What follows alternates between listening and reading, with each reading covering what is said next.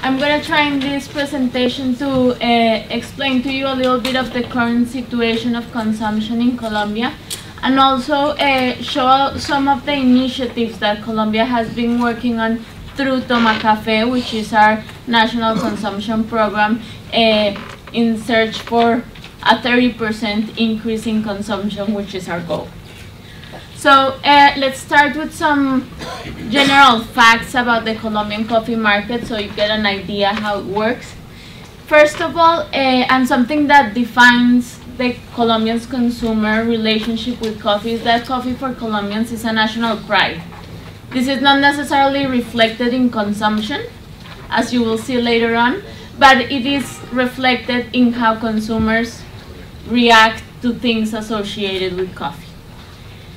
We also have a very high in-home penetration, close to 80%, a high concentration of brands. So if you think of the roast and ground market in Colombia, the two main brands hold close to 90% of the market. So you get an idea. The same happens in the soluble market.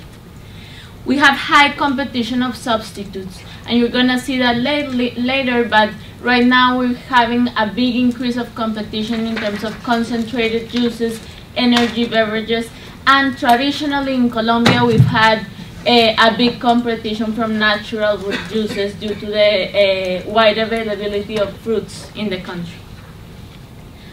One of our biggest barriers also is the low knowledge of preparation techniques.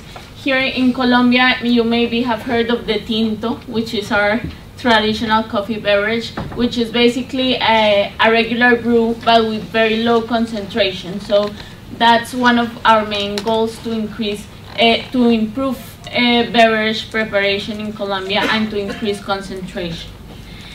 We also have an emerging specialty segment, mostly concentrated in Bogota and in the central region, but through different coffee shop chains, we're seeing a big dynamic in that segment of the market.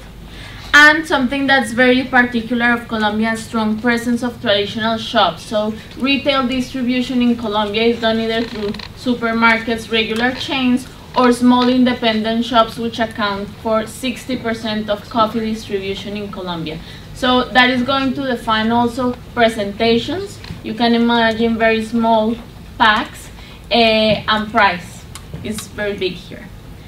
We have a low per capita income, with prices of coffee historically increasing above minimum salary. So prices are pulling from minimum salary increase. Increased import levels, and as in most countries, very rooted myths around coffee and health. So this is just for you to get an idea. This is a general comparison between Brazil, Costa Rica, and Colombia, and what this graph shows you is the number of minimum salary hours needed to buy a pound of roast and ground coffee. So this shows you a little bit the big impact price has on coffee consumption in Colombia. Here you have an illustration of our consumers. So most of our consumers in Colombia are what we call traditional consumers, or consumers that are motivated by habit. These consumers are mostly on the lower income levels and older in age. And then we have the young emerging consumers, which are mostly motivated by experience and indulgence. I'm gonna jump ahead, but what our goals are in terms of promoting consumption to these two types of consumers are, for traditionals, we do need to increase cup concentration because these consumers are on the top level in terms of number of cups, but there's still a lot of room in terms of concentration. And also, on a big goal for us in Tomacafe is to expose these consumers to the versatility of the drink. One of the big problems that we've had in Colombia is that coffee is seen as a tinto, as one beverage, and this makes the category a little bit dull and boring. So a big goal for us is to show the versatility and opportunities within the category. And in terms of the young consumers that are already exposed to this versatility because they most likely enter the category through a cappuccino or through a frappe, the goal here is to increase frequency and to address substitutes in terms of energy drinks and juices. So what is happening in terms of all the categories in Colombia? So until recently, in general, the Colombian economy was growing and is still growing at a good pace, but in the last year we've seen a decrease in most consumption categories, except beverages and toiletries, which are keeping beverages in orange and toiletries in blue, which are stable or showing a little bit of growth. In terms of the beverage category, we see soluble coffee here in blue and roast and ground coffee in green, which are stable. Right now, started the year not with much growth, but stable. But we see big growth in substitutes or competition. These are the concentrated juices I talked to you about, or UHT milks that are growing also a lot. This is coming, of course, with a lot of expenditure in terms of advertising. So, since what has happened with consumption in Colombia for the past years, Tomacafe was launched. The program was launched in 2010. Since then, we have recovered about 4 points in consumption. Before, the consumption in Colombia was in a declining trend. This trend was set or reversed in 2010 with some growth, starting to show some growth in the past years. You're gonna see in green, this is soluble coffee. So you see most of that growth was pulled by soluble coffee. However, in the past years, we've seen a decline of that growth due to increased prices in small presentations that are very, very sensitive in terms of purchase. So I was saying before also, what you see here is the price of coffee. And what's happening is that this price is consistently going up over the food price index, which in Colombia is about 3%. So you see coffee is gaining more and more share of the consumer's wallet. Something also to take into account in Colombia that is probably true in most Latin American countries and most emerging markets as well, is that there is a big difference between the capital, Bogota, and the other regions. Here in the light blue, you see Cundinamarca, which is basically Bogota, which represents most of the consumption of coffee and which is seeing still some growth. Other regions in Colombia are being significantly affected by economic adversities as well as climatic situations that have affected these regions. Here we see a little bit of the share between soluble coffee and roast and ground coffee.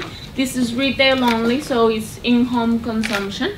But as we can see, soluble coffee has been gaining share considerably, and it's now close to 40% of consumption in Colombia. So with that general picture of how the market in Colombia is doing right now, I'm going to tell you a little bit about Tomacafe. As I mentioned, Tomacafe was born as an initiative from all industry members to foster consumption in Colombia. It was born in 2010, and what it is a coalition of these members, but that also starts multiplying resources and finding allies in different sectors of the economy. So the three basic pillars that Tomacafe has in terms of its work, it's stimulating demand. This is mostly through promotion and advertising, innovation, and education. This is a big part of our program because, as I told you, this is one of the main barriers for consumption. So what are we doing in these pillars? In promotion and advertising, our main goal is to reposition the category. So one of our big problems in Colombia is that coffee was seen as a dull and adult category. So we're trying to reposition it as being younger and hipper, more current, and also much more emotional, closer to the consumer's heart. And another point is coffee and health. That is a big part of what we need to do. And in that we have developed a program called Coffee and Science that is strictly developed to health consumers, to health professionals, I'm sorry. And the objective is to give credible information about coffee and health from a credible source to professionals nurses, doctors in the industry through different seminars or activities, and then have them send that information to the consumer. So this is strictly directed to professionals. And in promoting innovation, one of the things that we found very useful is that the program is able to acquire research and invest in market trend watching that maybe the small roasters are not able to acquire. So by putting this information out there, the program is able to foster a dynamic among the small roasters that might not otherwise have access to this information. And finally, a big part is fostering productivity, and we've set up different education programs that I'm going to talk about later. But mainly what we're doing is forming professional baristas, forming professional shop owners in terms of their knowledge of coffee, and help them prepare a better beverage. So this is what we've done in terms of advertising and promotion. The campaign has had two different stages. In the first part here, what we were trying to do was generate awareness around the category again. So this is based around cuerda, that is sort of the energy behind coffee. And the second part, that is the campaign that we're running right now, is about knowledge. So we're questioning consumers how much, as a country that is also a producing country where coffee is our national pride, how much should we really know about coffee and how much should we know? And through this sort of making knowledge our common goal, the idea is to try to evidence that versatility that is in the beverage.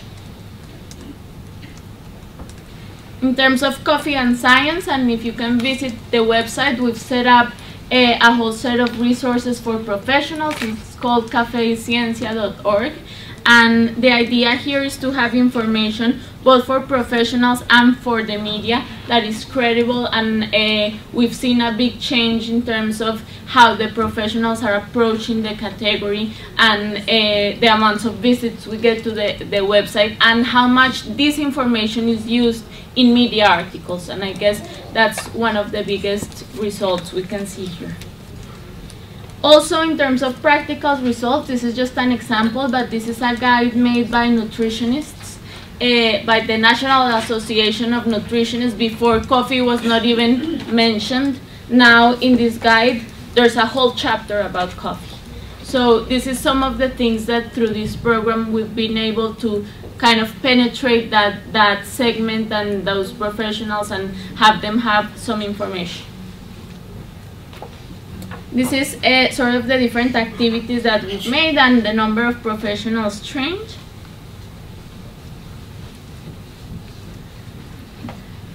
Also, something very important, as I mentioned, is fostering innovation and how we can have information available for smaller roasters. Not everyone in the industry has the same access to information. So this is just an example of some of the research that through the program we have developed. This is in the case of research with young consumers, where what we did was trying to find out what motivates young consumers to drink coffee and how do they associate different motivators to different coffee beverages. So for example, you can see here that the cappuccino is associated to exclusivity and coffee is associated to pleasure and happiness. So these types of information just allow us to start an innovation trend within the industry, which is also very important. And this is our education results. As I said before, we've allied with several national institutions. SENA is the National Institution for Education, and we've trained now 1,000 coffee preparation professionals and 33 instructors, developing material like this one. I'm gonna leave this outside as well. This is, for example, a practical guide for baristas or professional coffee brewers. And the idea is that they're gonna have here a whole course just on coffee, which before didn't even exist. So this we're able to do through the program, but leveraging other institutions. And we've traditional shop owners, what we've done is also train them to prepare better coffee, but also to learn to sell it, which is very important for them. So in that case, we've also developed material like this that is in a totally different language, especially for very small shop owners, probably with low levels of education. So this is what the program can do: develop the material, gain the information, leverage Alice, and then keep the ball rolling, as you can say. This is not a program with a big budget. We have around $2.5 million for the whole thing. So press and free press is very important here, and what we found is great interest from the media because there was missing a credible source of information about coffee that was not associated with any brand. So this has been very successful with media. Just very quick, some results that we've seen since the program. I told you before that consumption is still sort of flat in terms of growth, but we have started to see increasing home penetration. Also very important, decreasing health as a reason to leave the category, which is big for us. And also increasing out-of-home consumption, which is now close to 50% of consumption in Colombia. And also, very interestingly, we've seen some growth in the premium category. So although the general coffee category is still flat, we've seen growth of 12% in the premium category, which shows a very interesting dynamic there. So basically, and just to conclude, what our main challenges are ahead. I've shown you a little bit of what we've done. We still need to work on refreshing the category's image. Health myths keep being one of our most important concerns. Working still on improving preparation standards both in and out of home. And in terms of message, we're working very hard of evidencing the possibilities in versatility for coffee, both in consumption occasions and preparations. Thank you.